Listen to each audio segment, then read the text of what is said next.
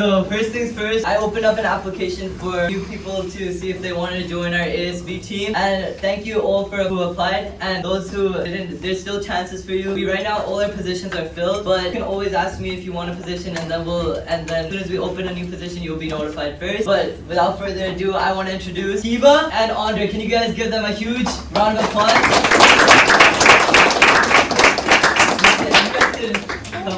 Hi, I'm Andre, and my position is head of fundraising. And then Kiba? Hi, I'm Diva, and my position is publicity manager. Alright, let's give it up for both of them. We ended the year with one last lesson, which was on credit scores and cards. We're gonna do a quick review of the credit scores and cards lesson we did last year, and then we're gonna go into how to raise your credit score and then combining credit and real estate for future endeavors. So that's gonna be the outline as we did last year. I'm gonna show you some setups to really make it as simple as possible for you guys. So first of all, does anyone really know what a credit score is? Yeah, it assesses really, like it's in the word, how credible you are. And it's a scale from 300 to 850. So you have to be 18 years old to start building your credit. Every one of you, including me, will all start at 300. And the best way to start increasing your credit score at 18 years old, right now as teenagers and all, we can't really start earning credit, but the thing is we can learn about habits and stuff that can help us give us a head start as soon as we turn 18 to get the maximum credit score we can get. I have these printed sheets, so Cohen's gonna help me up right here. So in this case, Cohen is gonna be the bank. We'll make this the bank's credit card that he will hand out. So I'm gonna refer to Cohen as the bank. Put up the image of the bank, please, Cohen, for everyone.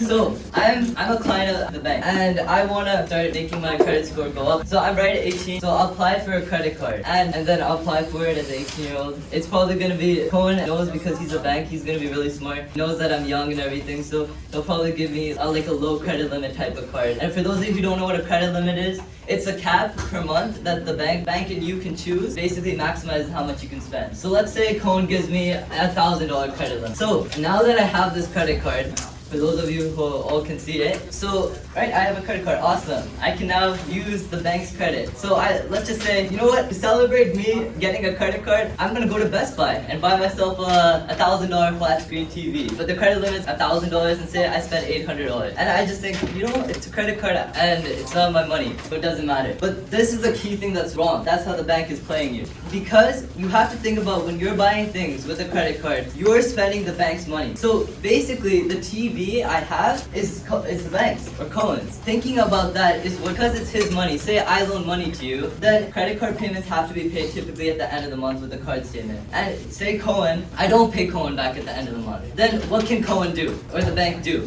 Anyone have any? Take your stuff, lower your credit score, and repossess items.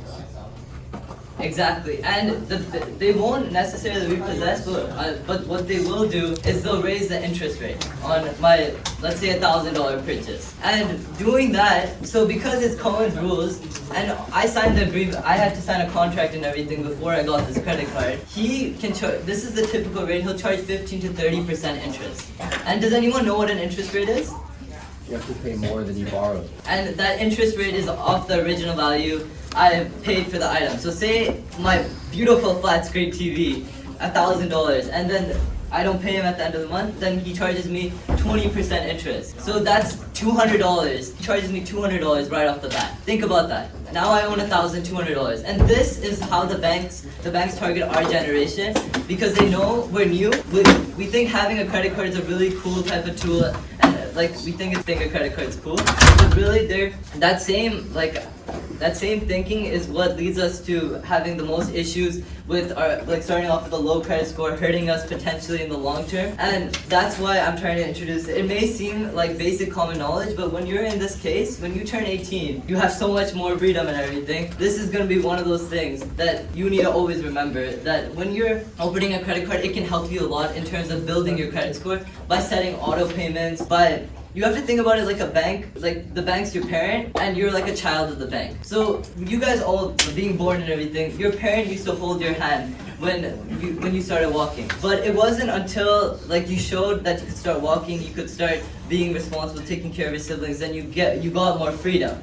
That's what the bank is kind of like in this case. It's like your parent. Your parent's only gonna give you more freedom in this case, a higher credit score if you are more responsible. So that's why setting up credit limits, and a key thing to do is something called credit utilization, which is that if say, Cohen, as I said, the bank gave me $1,000 like credit cap. The best rule of thumb is to only use 30% of that, $300. Because at a certain point, like you have to look at how much income you're making, and a credit card can be a great resource. Like it gives you rewards back unlike a debit card. But a credit card with more additional freedom, there are some takebacks. So you need to be responsible when having one of these. Does anyone have any questions on that? Like, you buy something with a credit card, you're buying it with the bank's money, so they own what you bought.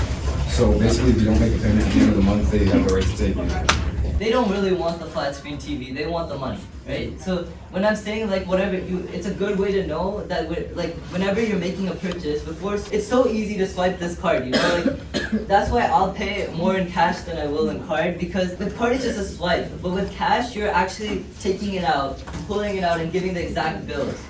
There's a much more intrinsic value, which is like real value to it when you're actually giving cash to, but that's exactly what I'm referring to, that they'll give you more interest, they'll charge more interest on interest, which is like the 25 to 30%. They want you to pay more for that item. And then they'll keep on they'll keep on putting you in like a never-ending hole of debt. That's how they trap most of the middle class and the poor, by putting them in this endless stream where like they can't get out. And that's what I'm trying to tell you guys today. This is how we're making opportunities in financial code. Okay, any other questions? If you pay back your credit card, your bills on time, does your credit score go up each time? It goes up. As I said, no matter who you are, we all start at 300. It's a scale from 300 to 850, 850 being the best, 300 being the worst. Once you're 18, by the government, you're registered at 300. And then as you opening a credit card is the most easiest way to start building the credit, you know? But like as you start to become more responsible with the credit cards, which we're gonna talk about, then you even taking loans, because as I said, the more responsibilities you take and showing that you are keeping that responsibility, then you're gonna get rewarded for that responsibility with a higher credit score. So that brings me to, why do you think a credit score is important for just in general? Why is it important to have? Car loans, personal loans, home loans, business loans, all of this will all come back. And how to raise your credit score, it comes down to, the best thing you can do as an 18-year-old is create a credit card, as long as you set up those auto payments and have that stable income. Like as I said, you want to stay in that 30% of that credit limit. That's basically the best place you can put yourself in. You really don't want to use your credit card excessively. It should be used as an asset, not a liability. And an asset is something that puts money into your pocket, and a liability is something that takes money out of your pocket. So my parents, personally, they have credit scores over 800. And this has helped them so much in building our businesses, like our motels, our gas stations. What I'm telling you is that it's just so sad to see how teenagers, and when they become adults, they ruin their chances of getting those super high numbers. Obviously, even if you have some mishaps, you can come back. But it's a lot harder to come back than start off right, like with other things. So that's what I'm trying to teach you, a way to be different from like your parents and all, and I want you to create a new dynasty for your family and your future. Like a gas station, like our Burbank gas station is worth over $3 million. So do you think anyone has cash like $3 million to just start off with? No one does. You have to take a loan.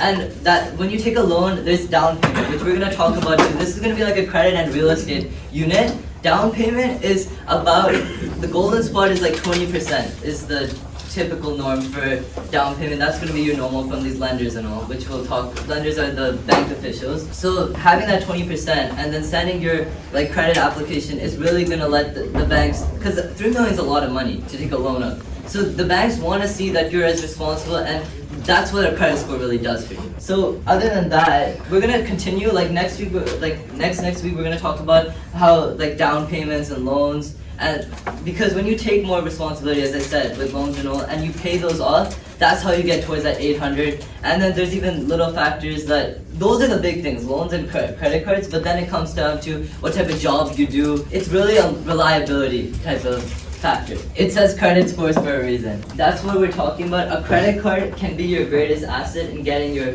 credit score up, but it matters on how responsibly you use it. So if you use it for small bills and you're staying in that perfect 30% of like that $1,000, like the limit, like $300 in that case, and that's all you're spending for the month, then it's an asset. It just matters on paying it off, being responsible.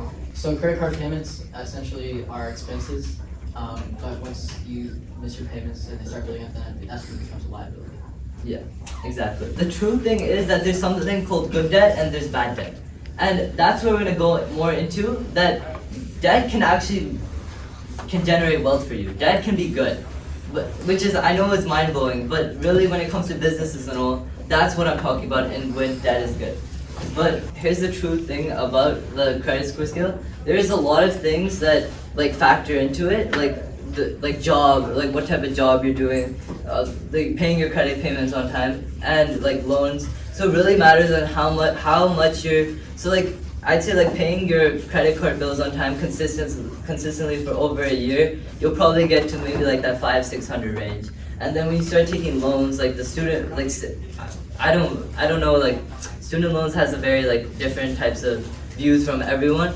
But like taking student loans or like car loans, I'm not a big fan of them. But taking those loans and paying those off monthly is really what's gonna get you to that higher score that you're looking for. So it really depends on how much risk you kind of take, which makes the higher the risk, the higher the rewards. So you'll have your banking app and the CRA, so the credit report agencies. They once a year you get a free credit score report, and that's really what's gonna tell you. So you get, as an American, you get that right to see it once a year for free. I can't tell you what the best bank is. It's what matters is like the rewards they're giving, the type of benefits they have individually. Like we're gonna go more into that, but it depends to everyone's preference type of thing. So we'll definitely go more into that. But any other questions? Does it lower your credit score to check your credit score? Pardon? I've heard that it lowers your credit score when you go and check it. Go and... Like when you check your credit score, it makes it go down. So when they give you like a CRA report, that you're just requesting to see your credit score. Is there a way to check your credit score around that? Like if you want to do it more than once a year? So there is, okay, your bank will give you like an estimate sort of type of thing. Like my dad can check his credit score anytime he wants, but you'll get a definite type of, like from the actual credit report agencies will give you a detailed report on why like your credit score is this and all that. But you could just check it anytime though? Really, yeah, Okay. you can. It will give you an official one though.